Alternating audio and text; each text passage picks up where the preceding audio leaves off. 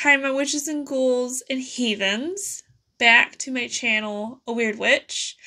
Or if you're new here, hi, hello, welcome. So I know it's been a while since I've done a video. My mental health, I'm just gonna get a small, tiny update. I know I do an update every single freaking video. I need to stop doing that. But, small update, I was having a really hard time with my mental health for like the last month and a half to 2 months. So that's why I really haven't done a video, and I know I promised y'all a video, like a vlog, on based on Valpurgisnacht, but I never got around to that, because I didn't do anything. Like, my plan was to do, and I even made this herbal oil. I made a mugwort herbal oil to help with spirit flight. I never got around to it. I mean, I got it done, but I just never did the action itself of putting it on, having the intention to do spirit flight. I do that a lot. I'll be like, okay, I'm planning on this. It's every single time I plan something. I plan on doing this. I have done all these steps, and then when it comes to actually do it, I don't do it. I do things based off of a whim. Like, that is how most of my spell work goes, is just, okay, I'm just going to do it now. And if I plan on something, I most likely will not end up doing it, which is awful to think about, because if I planned it ahead of time, like a month or two ahead of time, I don't know, I just don't end up doing it. So, what is our video about today? I'm sure from the title, like everyone fucking does, we're going to be talking about 101 protection magic. Basics on protection magic, and I'm going to be adding a very, very, very simple spell. I know starting out, a lot of people do not have the oils that are required. They don't have, I mean, they might have candles, but still, everyone probably has a piece of paper and a pencil or a pen, something like that. So, yes, we're going to be going over my definition of what protection magic requires and all that stuff. I'm going to go a little bit over know your basics, what you can protect, how you can protect it. I'm going to offer some recommended reading, and I'm sure a lot of people have been like, oh, like, I've already heard of this book like fucking millions of times, but these are like really good foundational books that I think everyone should be reading. And then I'm going to be adding a very simple spell at the end that anyone can do. So, what is my definition of protection magic? My definition is a spell or a ritual to help build or strengthen a spiritual wall or barrier on an object or person or animal. So, knowing your basics. The 3 simple basics you need to at least learn. And I'm not saying, oh, do it every single day. I hear it a lot, like, oh, you should have a daily ritual, or you should have a daily practice. I understand where people are coming from. They're like, yeah, you should be doing like meditation every day, or you could be maybe just sitting down for like 15 minutes, maybe even 5 minutes, and like clear your mind, or do the lesser banishing ritual of whatever. I personally don't have a daily practice.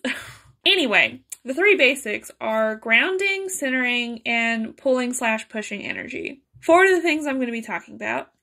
You can ground yourself to the earth's energy.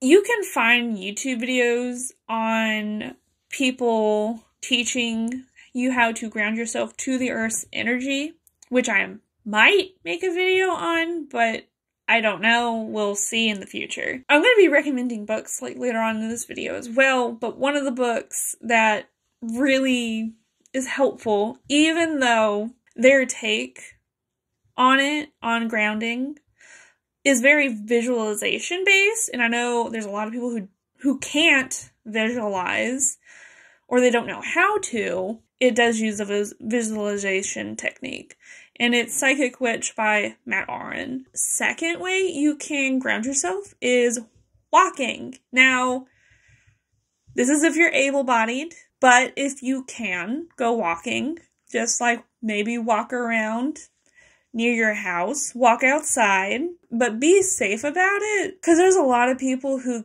could get kidnapped. Like, you could, and I don't want to cause, like, you know, people anxiety. Like, oh, if you go outside and you start walking, you could possibly get kidnapped.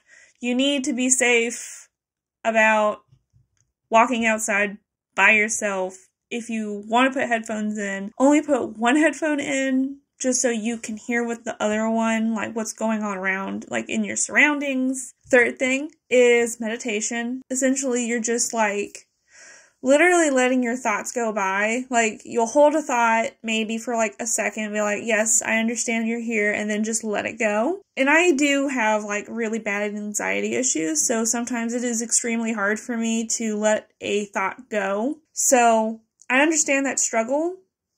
That's why I don't do meditation a lot, because I'm just like, no, I gotta think about this situation for like 100 fucking hours before I will let it go. There's gonna be people who can't do this, or can't do these 4 things I've listed, which I'm about to get to number 4. But you just have to experiment and find out what works for you. And number 4, listening to music. You have a certain piece of, like, a song that you listen to that really helps you, like, ground yourself into, I don't know why this is about to come out, but into this reality to help you be more aware of yourself. That's fine. Sometimes, like, I'll listen, sometimes, very, very rarely, I will listen to, like, the sound bath stuff, you know, with the ding, doo, that stuff for drumming or chanting. There's a lot of them out there on YouTube that's free to listen to. Alright, so we done grounding. Now we're going to be doing centering. So what is centering? It is pulling yourself into your natural center. So again, I'm not going to go into like detail about how to do it, because there are also videos out there that help you understand what centering is. Basically, like I said, pulling yourself into your natural center. So basically, you're kind of like focusing all your energy into like a specific center into yourself. This is my philosophy. Your personal center could be anywhere in your body. So for me, that is my stomach area. I used to do it actually in my heart area, but it was really hard for me in the beginning to have it go into my like heart area. It was still easy-ish, but it was also hard because I couldn't keep it contained here. But if I did it in my stomach, it was like way easier to keep it there and keep it centered, and I want to say malleable, because then I could just let it like seep out if I needed to like direct it to like my arms or my head or my feet, stuff like that. But yours could be in your heart area, it could be in your head, your throat, pretty much like any part of like, and I'm not into chakras, but it could be in any of your chakra points, or it could be in your hands, it could be in your feet. It could be, my personal philosophy, like I said, anywhere in your body. Centering your energy is going to help you mentally and I want to say spiritually, but it's more like energetically, like help control it, I guess, is a better term. So, number 3 in this knowing your basics is pulling and pushing energy out or into yourself. And a great video on that is by Hearth. She has a lot of good videos for beginners. Her video is Energy Sensing Beginner Witchcraft 101.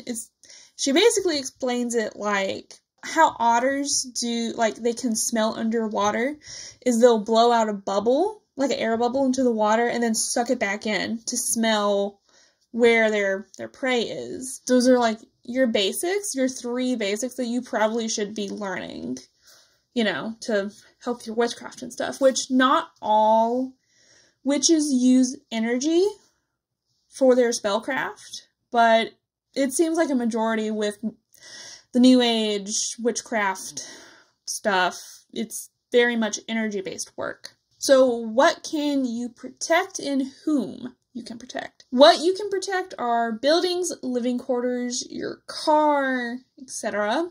Whom? Yourself, personally. A loved one, friends or family, a pet, groups of people, and the ethics behind that, which I'm not going to go into a whole lot, but the ethics are like to ask permission or to not ask permission. That will be based on your ethics and your morals if you want to ask somebody or not beforehand before you do any protection work for anybody. And what can you protect from? There are different types of danger in witchcraft and spiritual areas, and this list I have is not an exhaustive list. I have psychic attacks, unwanted energies, people, they could be psychic vampires, or just people in general, or physical harm, or well, not physical harm, but harm. Even though witchcraft and spell work is not 100% like gonna protect you from physical harm, it could, I would say like 98% help with spiritual harm, and I would say like 80% physical harm. You can't avoid everything in your life. Life literally is not, it's not that simple to be like, okay, I just won't do anything ever, and I'll protect myself with witchcraft, and nothing will ever happen to me. It doesn't work like that. It's not 100% guaranteed. And it doesn't exactly help you against physical stuff as much as it does spiritual stuff. That's why a lot of people are like mundane before magical. Second to final thing before recommended reading is figuring out the best way of protecting, of doing protection work, spell work, stuff like that. Two things. One is to make a list of spells that could work for what you want to protect. I got this idea from this person, Miss Ada, from her book Hoodoo Protection.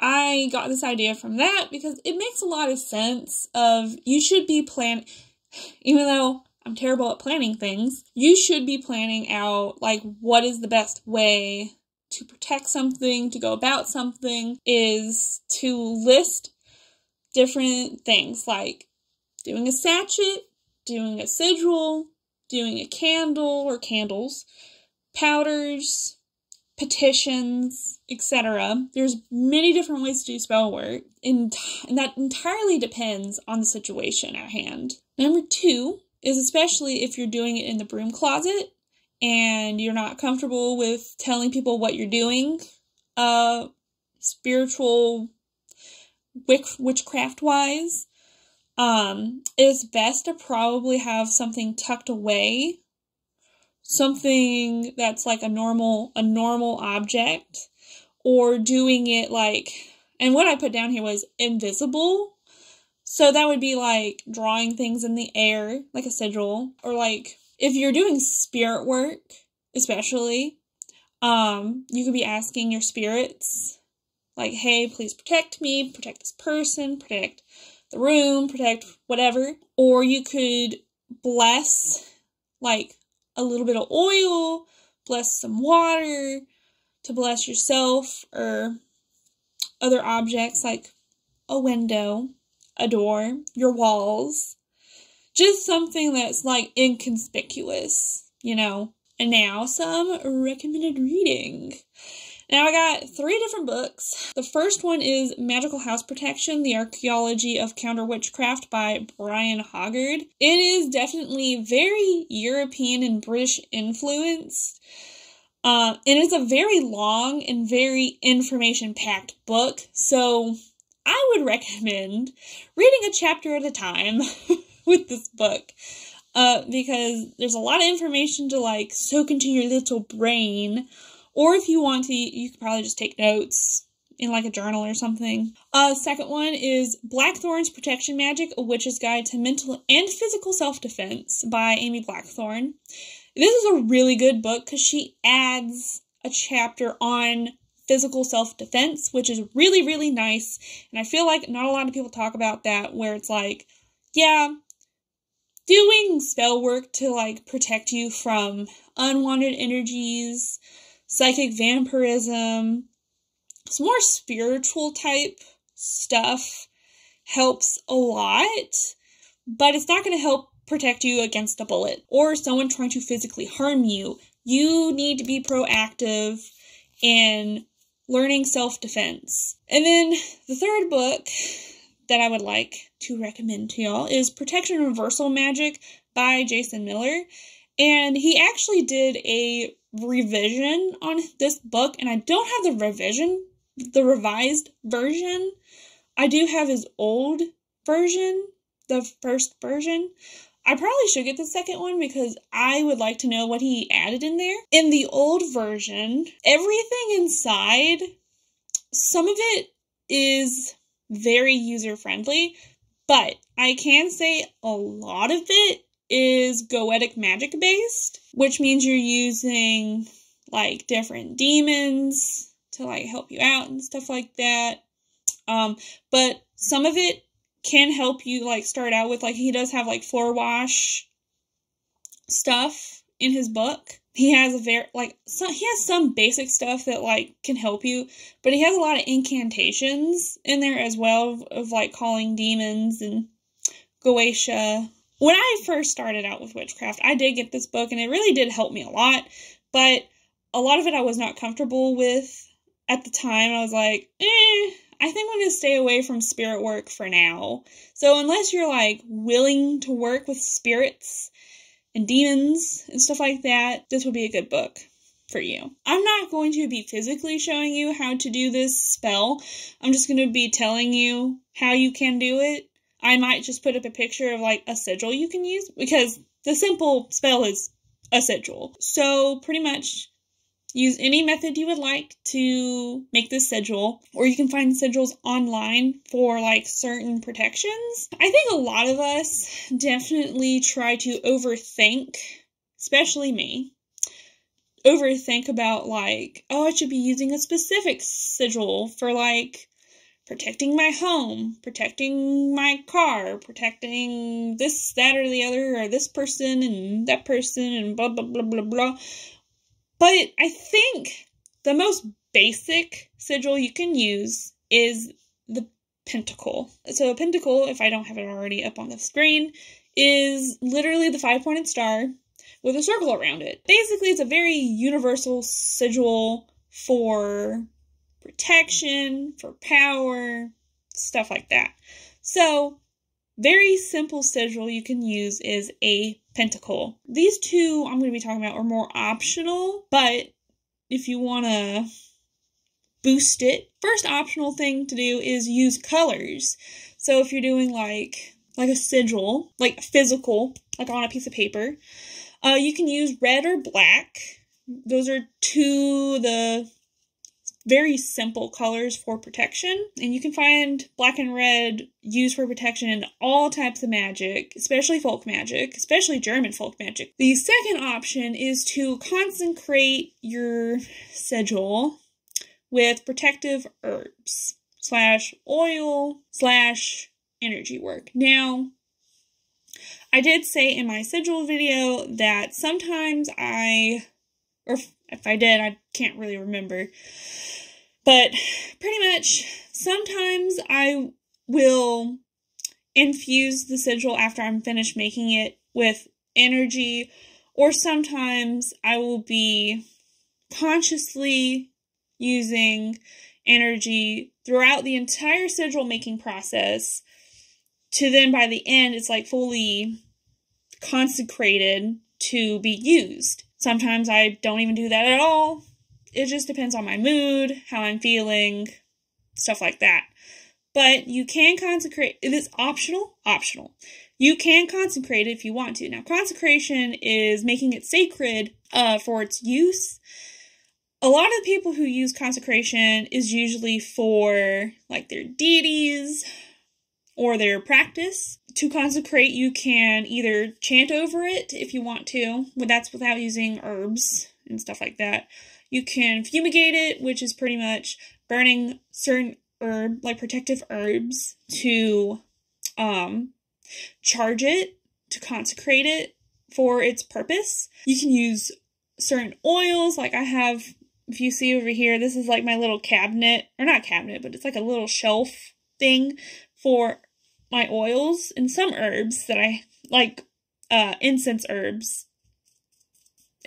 stuff that I have. You can use certain oils, like if it's a physical paper, you can like dot it with the protection oil, or you can use that oil specifically to like trace out your sigil onto like a surface or onto yourself. So like with the oil, take the oil, and I use like a roller ball thingy, especially recently, because that's helped me a lot, to like just trace it like on myself physically with like the pentacle.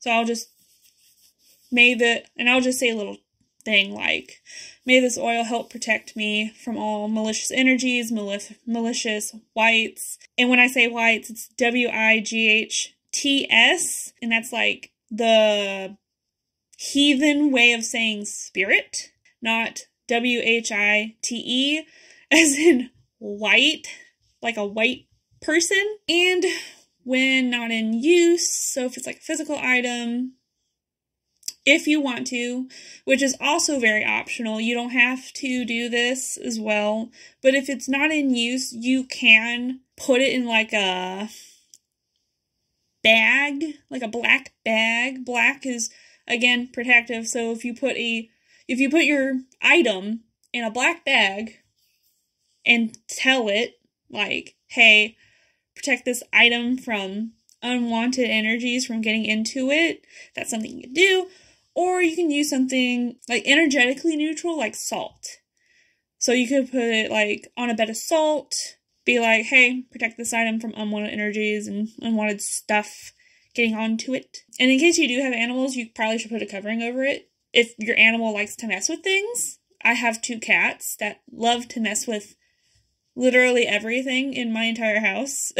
And I will be leaving, not links, unless you want links. Like, let me know if you want links, because then I'll just edit my description. But I will be leaving MLA citation of, like, the books that I am recommending you into my description box below. Especially the YouTube video from Hearth on energy sensing. And that was, like, a really good video to have, especially for me, and for a lot of people as well, to help them, like, figure out energy sensing and stuff like that. And she has, like, a multitude of videos on, like, energy work, and she's amazing. I love her. I love her a lot. But, yeah, so, I hope y'all enjoyed this video today. Sorry it's been a while since I made a video. Mental health issues, TLDR, bullshit. So, hopefully I wasn't too awkward in this video talking and looking like everywhere, but hopefully, even though like my mental health is still kind of shitty right now, hopefully it'll kind of just go away on its own, because I'm tired, man. I'm really tired of neurospiciness, which is a new term I've learned. Neurospicy. I love it. But hopefully I can start like making videos again every 2 weeks. Maybe once a month. We'll see. Because scheduling and, oh god, it's just been a lot lately. But yeah. Anyway, and I will see y'all next time. Bye.